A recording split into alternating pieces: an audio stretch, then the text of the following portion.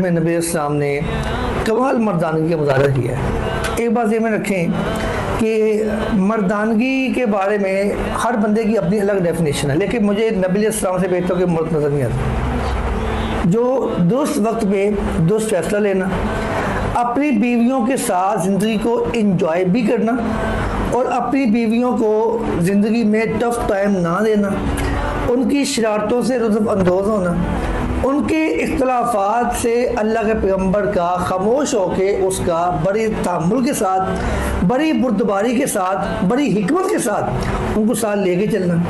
نبی علیہ السلام کا صحابہ کرام کی موجودگی میں ان سے کہنا آپ جائیں آگے، صحابہ آگے چلے جاتے ہیں تو اللہ کا پیغمبر جو ہے وہ پیچھے اما عائشہ کے ساتھ دوڑ لگاتے ہیں، ٹھیک ہے۔ پھر نبی علیہ السلام کا اما عائشہ فرماتی ہے کہ میرے نبی السلام اشعار بھی پڑھتے تھے۔ پھر اما عائشہ اگر کبھی آٹا گوندھ رہی ہیں، پسینہ آ گیا ہے تو اللہ کا پیغمبر کیا کرتے؟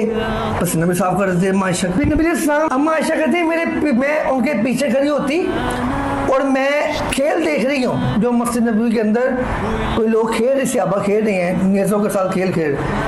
کہتے میں اتنی دیر کھڑی نہیں جتنی دیر ایک بچپن میں ایک بچی کھیل دیکھ سکتی ہے کھیل کو، یعنی کہ بڑے جنون کے ساتھ۔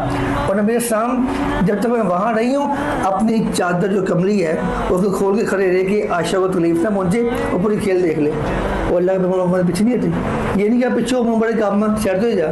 نبی السلام نے